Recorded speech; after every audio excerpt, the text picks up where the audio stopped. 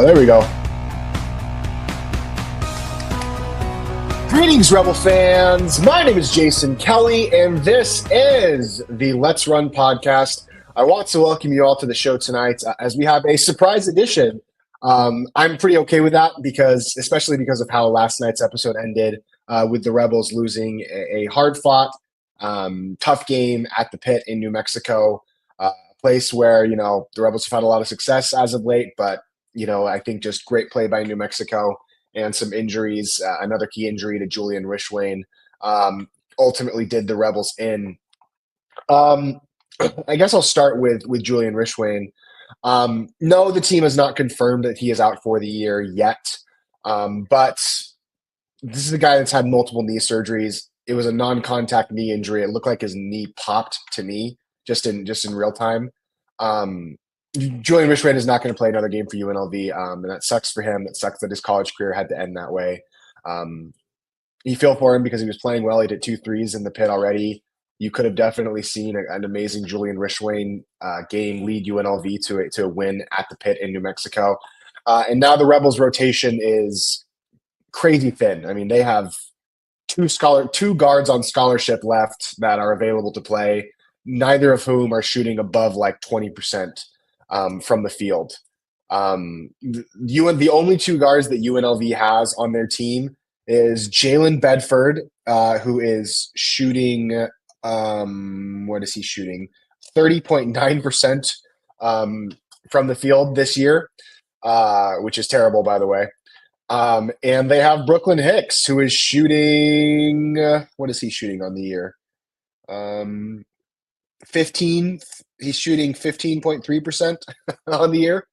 Yeah, the UNLV, I mean, these injuries that UNLV has dealt with as the year's gone on, whether it be Rob Whaley, Jaden Henley missed a month, Jace Whiting, who is going to be a rotation player. A lot of injuries, guys. I mean, the team's in trouble. The team has been in trouble. This wasn't an amazing roster regardless, but they had been playing really hard, and they played really hard last night. So you feel for the guys. They're going to play an awful Air Force team, and then have a chance to upset Utah State probably in the quarterfinals. That's an okay matchup, but again, without Julian Rishwain, without DJ Thomas, without Rob Whaley, I mean, it's just going to be tough. We're missing too many rotation pieces. They could upset Utah State. It's totally possible, but chances of them making any sort of deep run in the conference tournaments is fleeting. So that's kind of the basic news. Now let's get on to the main event. I guess we'll open up with some words from the Run and Mass Hole. Guys, we will do a space tomorrow night. Generally, Sunday night spaces have been the best place for fan discussion. I wanted to get something out today so that people could hear it, because we got kind of a bombshell dropped on us this morning. And the Mass Hole says this team is in danger of being in trouble for another 5 years, and everyone is smiling and dancing. Yeah, so I have some hot takes about this Kevin Kruger contract situation. First, let's pull up the article. I know a lot of you will have already read it, but I want to make sure that UNLV fans get a chance to see the article in its entirety, so that we're not missing any context here. So Callie Finn, who is the beat reporter for the Las Vegas Review-Journal. She also covers the Aces, and she covers UNLV. Pretty new, but she's made a great name for herself. She was the first person to report that Dan Mullen was going to be hired by UNLV for football. Absolutely excellent beat reporter. Callie's amazing. We appreciate the work that you do, Callie, because there's not a lot of quality journalism that goes on in terms of college sports in this town. So Callie writes this article, and it's called, "Is Kevin Kruger coaching for his job?" Now, every Rebel fan that has watched the last 4 years of Kevin Kruger knows that, yes, Kevin Kruger is, or in fact, we think he should be coaching for his job. This is the 4th year. He's in the second to last year of his contract, or so we thought. And of course he's coaching for his job. He can't enter the next year as a lame duck coach. So we were told. So Callie starts out the article by talking about how Lon Kruger is always at every practice. And I think that the key to this story really probably is Lon Kruger. Yes, Callie's better than Grimala. Now, Grimala does pretty good stuff in terms of breaking down and covering the team from a more analytical perspective. But and he does fine. Like I don't want to speak bad about Grimala. I don't a lot. I know there's some dislike for Mike Grimala, but I don't have anything against Mike Grimala. I think he does an okay job. But yes, I would say Callie Finn in terms of just reporting the facts of the story. I would say she's the best at this current point in time. So she starts out the program. She starts out the article saying, "At nearly every UNLV men's basketball practice, Lon Kruger is there. He watches his son coach the Thomas and Mack from a stone's throw in the stands. He has a regular spot located a respectful amount of rows up that aligns with the scorer table. He has a perch near enough to hear stuff on the sidelines." Then she talks about his history from 2004 to 2011. He was the last great UNLV head coach, good UNLV head coach. I think calling him great is fine. But, ultimately, as the article says, the Rebels at 17-14 and 11-9 will have to win 4 games in 4 days to earn the program's first NCAA tournament bid since 2013. History says speculation about Kruger's future is warranted since the legendary Tarkanian. No Rebels coach has gone even 3 seasons without making the NCAA tournament and kept his job. So this is the framing device for the article, for the piece. UNLV fired Marvin Menzies after 3 years of not making the NCAA tournament. Dave Rice went 3 straight years without making the NCAA tournament, and he was let go. And it goes back even before them, ever since Tarkanian, ever since Jerry Tark left us. Actually, he didn't leave us; we fired him. So great job, UNLV administration, just screwing things up even in the 90s. Kruger's finishing his 4th season, and Eric Harper, who we have all assumed 2.5. Yes, you're right. Rice was fired midseason, but they were out of at-large tournament contention when Rice was fired. And so they were not going to make the tournament that year because teams that aren't good don't win the Mountain West Conference tournament. If you ever have belief that a Cinderella-style team will win the Mountain West Conference tournament, you are wrong. The best teams win the Mountain West Conference tournament. Last year, New Mexico won the Mountain West Conference tournament as a 6th seed, but they had the talent of a first level, first seed. And it was the first time in a long time that a team worse than the top 5 had won the Mountain West Conference tournament. In fact, the top 2 seeds, like 90% of the time, win the conference tournament. It's just, you don't get upsets in the Mountain West Conference tournament. So Kevin Krugers in his 4th season. At this point, UNLV has not had an increase in attendance. They have not had on-court success. Their highest finish was 4th last year in the Mountain West Conference. They've never had a top 3 finish. History says that a top 3 finish is pretty much required in order to make a run in the Mountain West Conference tournament. They have been nowhere near the bubble in any of his seasons, despite having some teams that have real talent. Kevin Kruger hasn't been close to the standard that should be set at UNLV. UNLV should be a team that is year in and year out competing for at least the bubble of the NCAA tournament. They don't have to make it every single year, but they have to make it some years. And they don't have to make deep runs in the NCAA tournament. They just have to make it there. That's the standard of UNLV. That's not an unfair standard. It's not too much to ask for Kevin. We're not being whining babies by asking that you make the NCAA tournament. So Kruger's finishing his 4th season. He's nowhere near an NCAA tournament. He's not going to make the NCAA tournament this year. They're not going to win the Mountain West Conference tournament. And Eric Harper, the guy who has turned around UNLV football, the guy alongside Keith Whitfield who has spearheaded our railroading of fans and student athletes in this Pac-12 Mountain West situation, says when you're evaluating Kevin Kruger, it's important not to look at the true totality of the program's growth.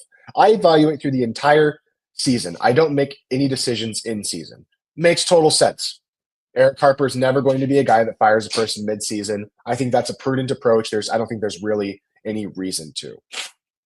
So then we get into the heart and soul of this absolute dumpster fire, this bucket of poop that has been thrown on at the feet of UNLV fans and boosters. Potentially pivotal extension. Now you may say, extension? When was Kevin Kruger extended? I scrolled back through the Review Journal, the Las Vegas Sun, the 2 primary article, people that provide the news about UNLV sports, because I'm not a news person. I didn't even start, when this extension happened, I hadn't even started my podcast at that point. And I looked for any sign of a Kevin Kruger extension, and I couldn't find it.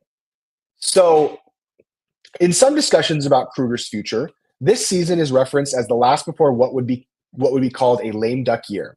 That would be true if Eric Harper, not DRF, Desiree Reed-Francois, our inept athletic director who failed upward to the University of Arizona before Eric Harper, hadn't inked an extension to Kruger's 5-year contract after his first season on the job. Now, this is embarrassing stuff, guys. This is amateur level stuff. This is garbage level stuff. Do I know how to dribble a basketball? In fact, I do. I do know how to dribble a basketball. A UNLV athletic spokesperson said there was never a release to announce the extension because timing conflicted with other news out of the program. What other news is the question? What other news? I looked back at the end of the first season of Kevin Kruger, and I looked for any piece of news. The only thing that they could possibly be referring to is the fact that Kevin Kruger lost his entire staff after the first season. But that wasn't really, at the same time, like there was no news going on that this shouldn't have been reported. The amendment, which was obtained by the Review Journal, extended Kruger's deal through the 26-27 season and includes a $2.35 million buyout if he's fired before June this year. He's making $775,000 and is scheduled to make $800,000 the next 2 seasons. So essentially, they give him an extra year of the contract. They up his salary by $25,000, reasonable. You generally do that just for inflation's sake. That's just standard amongst college basketball. And you up his buyout to $2.35 million. Why would you up his buyout? Why would you make it more difficult to fire him? Here's what Harper says. He says, I wanted to show my commitment to him in the program. Harper said of his motivation for Kruger's extension. He finished 5th in the conference with a 10-8 record, but I saw a lot of promise and positivity in how he conducted his first time as a head coach. UNLV finished 5th in the 21-22 season. 5th in the conference. That's there have been worse years, but 5th in the Mountain West Conference is not good. Unless you're finishing top 3 in the Mountain West Conference, it's really not great. Nobu Eric. Yeah, Eric, just slow clap for the ineptitude. You have a coach in Kevin Kruger after his first year who did not show anything, who did not show much of anything after his first season, who we didn't give him a raise, but we did give him an extra year on the contract. And the extra year doesn't bother me. In fact, I have no problem with giving him that extra year. The problem is upping his buyout to $2.35 million. If you thought that after Kevin Kruger's first year, the only reason you up a buyout is because you believe another school is going to come and poach him from you. If after a 10-8 record in the Mountain West, a loss in the quarterfinals to Wyoming, and a team that was nowhere near NIT or NCAA tournament relevance, if you decide to give a guy an upped buyout after that season, what are you doing? Why? Why would you do that? His buyout before this was like $800,000. I think it was $1 million. They more than doubled his buyout. I wanted to show commitment to him and the program. Yeah, good job, dude. This just slow clap. These are the people that are making the long-term decisions for UNLV sports, for fans, for alumni. These are the dum-dums, the morons, the idiots that are making these kinds of decisions. After the first year, you give him a $2.35 million buyout. Wow. And you know what? The article starts with Lon Kruger. And I think this has Lon's hands written all over it. I think that's, in my opinion, the reason why Eric Harper gave him the buyout. There's 2 reasons why. One, he got pressure from Lon, who I like Lon. Believe me, I think Lon's great. Sit right near him in the games. Good man, UNLV great. He's a lot more important to me when it comes to UNLV's history than Kevin is. That's for sure. But this just has an external force pressuring Eric Harper, who at the time was an interim athletic director. Eric Harper didn't even have the official title of athletic director. I'm sorry, man. This is just an embarrassment to give a guy an upped buyout when you know when the only reason you would do that is because you feel like he's going to be poached, but he hasn't given you any indication that another school is going to poach him. You are just screwing yourself over. And then Eric Harper drops the doo-doo sandwich, quote, of all doo-doo sandwiches. The poop stain McGee here. Success isn't always determined necessarily by wins and losses. Eric, for you, it is. You're not the academic athletic director. You are the athletic director. It is determined by wins and losses. Now you don't want to have students, student athletes that aren't going to class, and you don't want to have a completely inept academic athletic department. But guess what, Eric? It is determined by wins and losses. Obviously, you want to win, but it is always determined by wins and losses. And after a season where Kruger had not done enough winning and had done too much losing, I mean, just pull up this year. Pull up this year, the year Kevin Kruger got a contract extension. Let's share this tab. This year, the 21-22 season, Kevin Kruger went 8-5 in the non-conference, no good wins. Gets blown out by San Francisco, LMU, gets destroyed by UCLA on his home court, fine. And then in conference play goes 10-8, getting swept by an awful Fresno State team, losing at Air Force, losing who else did he lose to? He lost to Utah State, he lost to Boise State. Yeah, he gets swept by Fresno State and loses to Air Force and doesn't make the semifinals of the conference tournament. And you decide, yeah, let's give him a contract extension this year. It makes no sense. And then to top it all off, they go 3 years after giving him this contract extension, after upping his buyout without telling fans.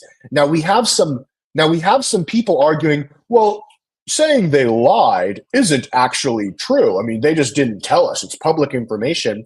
Guys, we have no idea what's being reported to the Board of Regents. It's information to them. But fans, boosters, we depend on media announcing this kind of stuff because we don't have access to the communications between the school and the Board of Regents. And you may say, well, it's not a lie. It was 3 years that this guy who was not doing a good enough job as our coach, and everybody knew it, including Eric Harper, 3 years that the university actively shows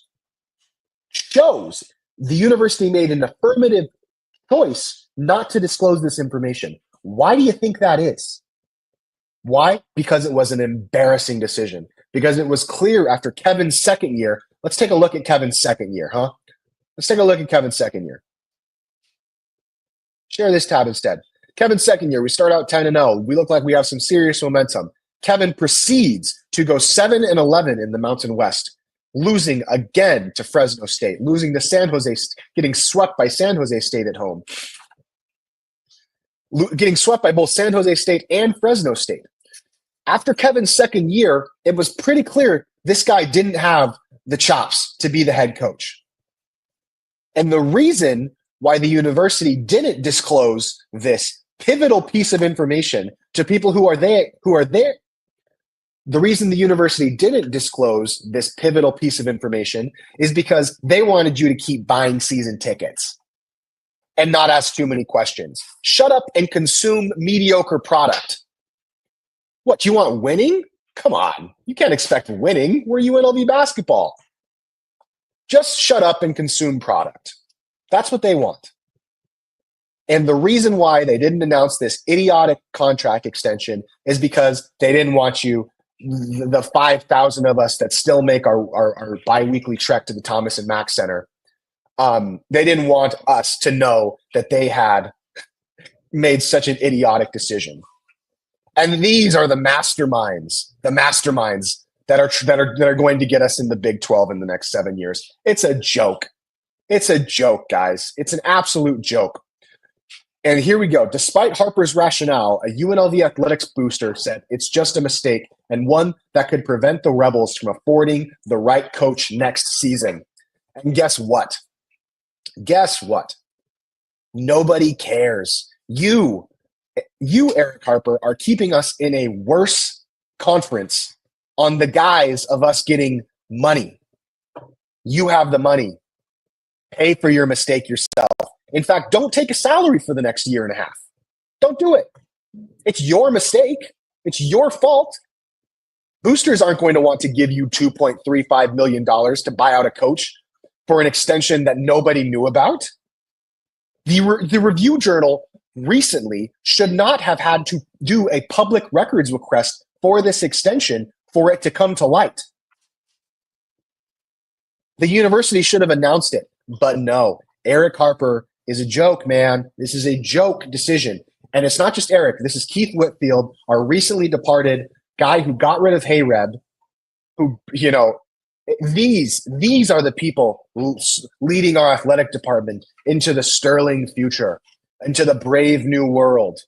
The people that are hiding information from you because they made an oopsie and they don't want you to know about it. It is pathetic, man. But that's okay. It is what it is. No, it isn't. But we're paying these kids millions of dollars a year, $1 million a year. By the way, UNLV has over $1 million a year in an NIL budget, one of the best NIL budgets in the Mountain West, if not a top 2 or 3 NIL budget in the Mountain West, and yet still can't sniff the NCAA tournament, still can't finish top 3. The booster said, the conversations between donors and boosters often sound something like this. Wait, we're giving you all this money and there's nothing happened and there's nothing happening. And then when we want to fire the coach, you pull out a secret contract extension that you didn't tell us about. And then you want us, the boosters, the fans, the people that buy student season tickets, you want them to foot the bill for your mistake? No, you're staying in the Mountain West. You're getting this big payout you're telling us about. It's time for you to foot the bill. So you may say, well, I guess they're just going to bring back Kevin next year. A couple of comments. I want to make sure I get to everybody here. Bill Carey says Harper miscalculated his potential success, was hoping he would move on and another school would pay. Yep, but the problem with that is you actually have to hire a good coach for your coach to be poached away from you, as we learned with Barry Odom. Harper did the exact same thing with Barry Odom after his first year. He upped his buyout, upped his contract money a little bit to pay his assistant coaches more, and then upped his buyout. But he did that after a year we made the Mountain West Conference Championship game, not a year where we went 10-8 and 18-14. The buyout, not firing UNLV for him, horrible miscalculation. Now they got to wait till the new Mountain West to beat up on Tarleton State and finish third behind UNM and GCU and say he's doing a great job. Yes, and everybody knows the Finleys are the primary donors behind the UNLV basketball program. Everybody knows that. Then, and this is, Callie's being fed these quotes, being told these quotes. We get a diatribe, a bleeding heart section about how the Mountain West is just so hard and how 6 programs have made the NCAA tournament in the last 8 years. UNLV hasn't been one of them. But how it's so difficult. And Brian Dutcher, it's a hard league to coach in. Kevin's fighting for every win. He's dealing with injuries. Guess what? Every team is dealing with injuries. San Diego State's dealing with injuries. It's not just Kevin. Every team is dealing with injuries. Sorry, you don't get to be graded on a curve just because you're daddy's little boy, okay? Sorry, it sucks. Yes, Kevin Krugers has done a good job the last couple of weeks.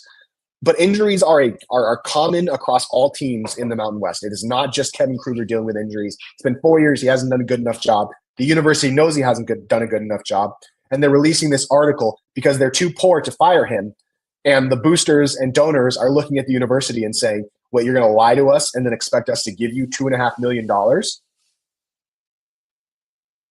It's pathetic, man. I mean, I don't even know how to, and they wonder why the Thomas and Mack is emptier. The Oakland A Coliseum, currently has more people in it than the Thomas and Mack has had this year.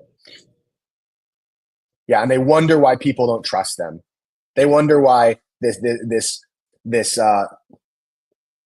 wonder why people like me and others are calling out their baloney logic and reasoning for the Mountain West Pac-12 situation because we don't trust them, because they lie. They lie to you. They lie to me. They lie to us. And they wonder why people are toxic. Oh, don't be toxic. Just let us sit back and collect our fat government paychecks and then give us your money every single year while we lie to you. It is awful. It is so pathetic, man. This huge section about, but this is a brutal business. We all know it. How many head coaches have I seen at UNLV in the last 25 years? So I think Kruger's doing a great job.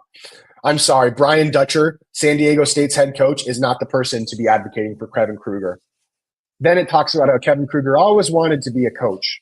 Oh, ever since he was a kid, he wanted to be a head coach. And guess what? I like Kevin.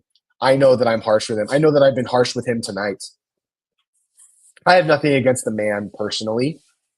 I think he's trying his best. But it's not good enough. I have said repeatedly that, and everybody knows that it's not good enough. And so I guess I'll stop with the article there, and then I'll do some closing thoughts. UNLV does have the best.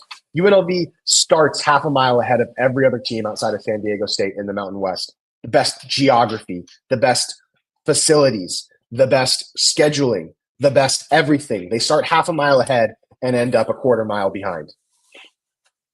It's pathetic, man. Besides San Diego State, UNLV has institutional, geographical, financial advantages over every single school in the Mountain West. So I'm sorry, Brian. You made it to the national championship 2 years ago. You're I get that the last couple of years of conference play haven't gone great for San Diego State, but you don't get to tell us what the standard is for success when you've made the Sweet 16 last year, the national championship game the year before that. Sorry, Brian. I'm sorry. As San Diego State people are not the people that I care about when it comes to evaluating UNLV athletics. Yeah, there's a reason Team USA comes to have their training camps here. So what does UNLV do going forward? A lot of people are going to say, well, I guess we just bring Kevin back next year. He's shown a lot these last couple of weeks. That's true. Kevin Kruger has done a good job coaching the basketball team the next couple of weeks. Couple of problems with that. First, a lot of his best players are seniors. Now, you can obviously reload in the transfer portal, but the transfer portal is a crapshoot. You have no idea what you're going to get. Sometimes you get Jalen Bedford. Sometimes you get Jalen Hill. Sometimes you get Keelan Boone. Sometimes you get David Mwaka. You don't know what you're going to get. So Mike says Arroyo. So yes, we fired Marcus Arroyo for $2.3 million. The money's there. Yes, Mike, we did. The difference this time is everybody knew what Marcus Arroyo's buyout was. Everybody knew that. And it's not UNLV football that before Barry Odom, UNLV football was moribund. It's not the same thing as UNLV basketball. Everybody knew about Marcus Arroyo's buyout when we fired him. People didn't know about Kevin's buyout because the school hid it from us because the school lied. When you lie, you make an affirmative choice. You make an affirmative choice about what you're representing in terms of the situation that you're in. Lie is the best word for it. I'm not going to go into semantics with people about whether this was a lie or not. It was a lie.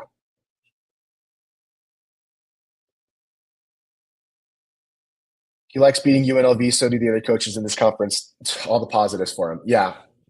So Kruger may still get fired. We don't know yet. Yes, Buffel. Kruger may still be fired from this. There is no doubt that Kevin Kruger, this article doesn't mean that Kevin Kruger is not going to be fired. Now, it decreases the likelihood of him being fired.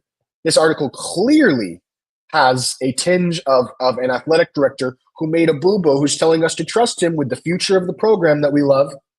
But it does decrease the likelihood of Kevin Kruger being fired. But it doesn't mean that he's not going to get fired. What it does mean is that UNLV is going to take $2.35 million, walk out to their backyard, take a whiz on it, douse it in gasoline, and then light it on fire. That's what it does mean. Let's start a GoFundMe to pay his buyout. Why should we have to do that when the university's been lying to us about it? No GoFundMes, no booster money. You shouldn't go to the Boyds or the Finleys or the Fertitas and ask for $1 to buy out Kevin Kruger unless, besides the amount that was in his original contract, because the school lied about it. So what should the university do? I see that they kind of have three options, right? Um, Option number one is fire him. You raise the money. Well, actually, you don't raise the money. You just find the money and then all this glorious Gloria Navarez cash that we're promised, and you just pay for it out of pocket. You say, "Whoopsie, maybe you don't take a bonus next year, Eric Harper." Yeah, no, I have no trust in Eric Harper anymore. Look, I get that I was critical of him. I was probably too critical of him for the Pac-12 Mountain West stuff. Definitely, I do apologize for that specifically. But any trust that you have in this school and the way that this school talks to you as a fan of the program, and they wonder why people aren't showing up to the games, the basketball games, football, whatever, there is trust there, and there is deserved trust there. But in basketball, it's out the window. Nobody trusts you anymore, UNLV. So their first option is raise the money, fire him, and move forward and try and make up for it with a coach that can really coach his butt off, sell a bunch of tickets at the Thomas and Mack with a great team. This is the route that I and all UNLV take.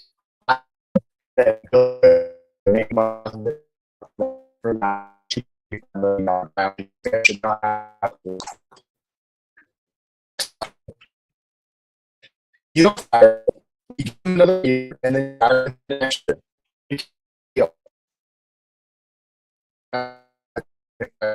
The internet and terrible. Am I good? Make sure the audio is good. Seems an option. You last year, you probably get it all. You invest any money. You start saving for you coach you a whole year.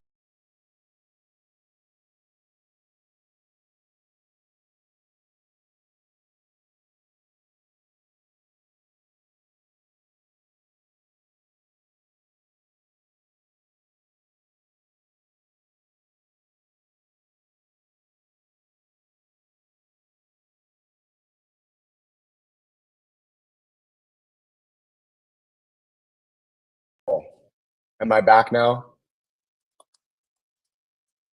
Am I back now, guys? I got 300 people watching this. There's stinking internet. Okay, I think I'm back now. So, okay. So option number one, you keep Kevin around. You acknowledge that he's a lame duck coach next year. You basically throw away the season. Yeah, Eric Harper's trying down at Cox, trying to disconnect my internet because he doesn't like what I have to say here. You acknowledge openly and publicly that this is a lost season.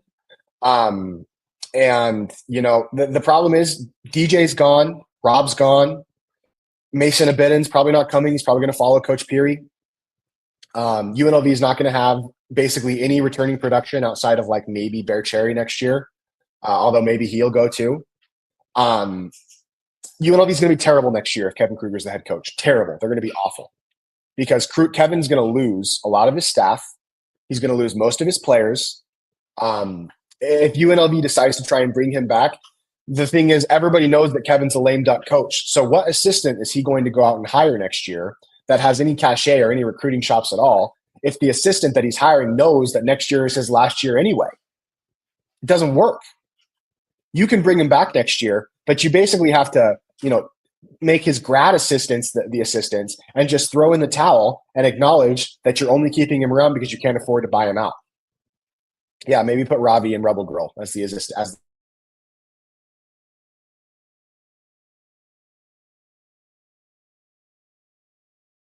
Looks like it's. I keep getting lost here.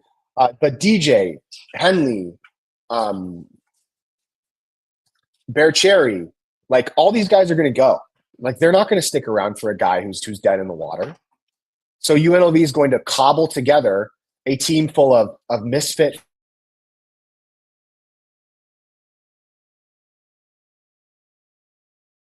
Going to be good with Kevin Kruger at the helm next year. They're just not. So option one, you raise all the money. Option two, you bring him back and just let him be a lame duck floppy head coach next year. Or option three, you re-sign Kevin to a 5-year contract extension. You give him a new budget to hire assistant coaches. You You were the one, Eric Harper, that believed in Kevin Kruger enough to give him this contract extension. You made your bed. If you really think he's worth bringing back because you can't raise that $2.35 million, it's time to give him a 5-year extension, $900,000 a year, new NIL budget. That's a better option than bringing Kevin back next year as a lame duck head coach. Bringing him back next year is a disaster unless you actually invest in him.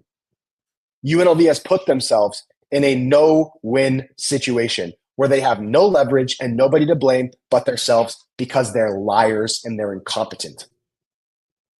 Liars. If Kevin's back next year, but it's kind of understood that he's only back because UNLV couldn't afford the buyout, UNLV is going to go, what, 6-14 in the Mountain West next year? UNLV is going to be terrible.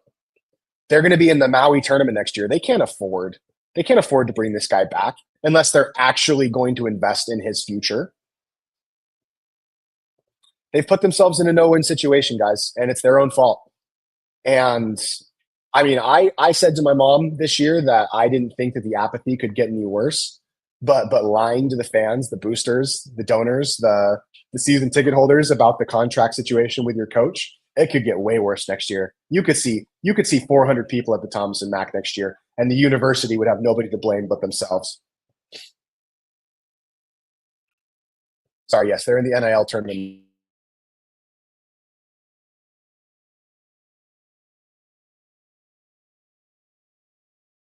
From Omaha, Nebraska, you can't bring him back unless you actually are willing to give him an extension and fully invest in him and say, we're a Kevin Kruger-led program for the next 5 years. That's the only way you can bring him back. Because no assistant coach, Kevin Kruger is going to lose most of his assistants, and no assistant coach is going to want to come back under those circumstances. None. If they're publicly saying you can't afford a buyout, what level of coach are you going to get? Yeah, that's the other point, Master Rebel. Like, if you can't afford this buyout, then you're okay with the production that Kevin Kruger's giving you, and it's time to re-sign him. You can't live in this middle zone.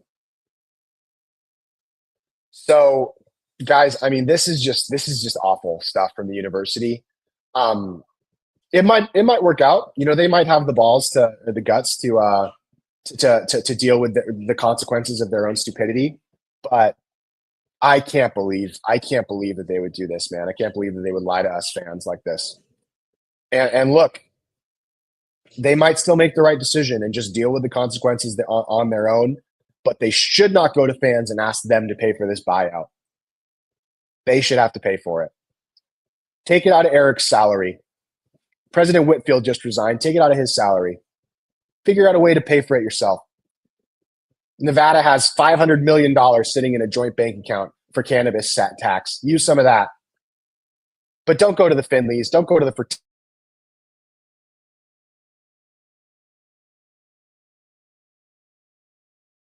pay for your dumb mistakes when you lied to them and lied to all of us. So, guys, we're going to do a Spaces tomorrow night. I'm sure it's going to be a very animated and angry space. It's going to be at 7:45 Pacific Standard Time. I've said my piece on this. The university still may do the right thing. It's not like, it's not set in stone yet, but the irresponsibility and the lack of capability and competence coming out of the university is just spectacular. Slow clap. These are the people, the sterling leaders that are taking us to the Big 12. What a joke, man. What a joke. So guys, I appreciate you. With 325 people, we didn't even have a game tonight. Checking this out tonight. I mean, I'm grateful. There's still going to be a ton of coverage going up to the Mountain West Conference tournament. But yeah, the university should be ashamed of themselves for this. And I guess we'll see what happens. We'll see if the university does the right thing. Would they win fans back by keeping Kruger and bringing back K-Reb? Yeah, bringing back K-Reb would probably build some goodwill with fans. Totally. All right, guys, that's going to be it for tonight. I appreciate you all. Thank you for sticking with me through the technical difficulties. Go ahead and DM me if you want to talk about this. Love to talk to any of you guys. I'll be at the Mountain West Conference tournament next week, and we'll see how the Rebels do. But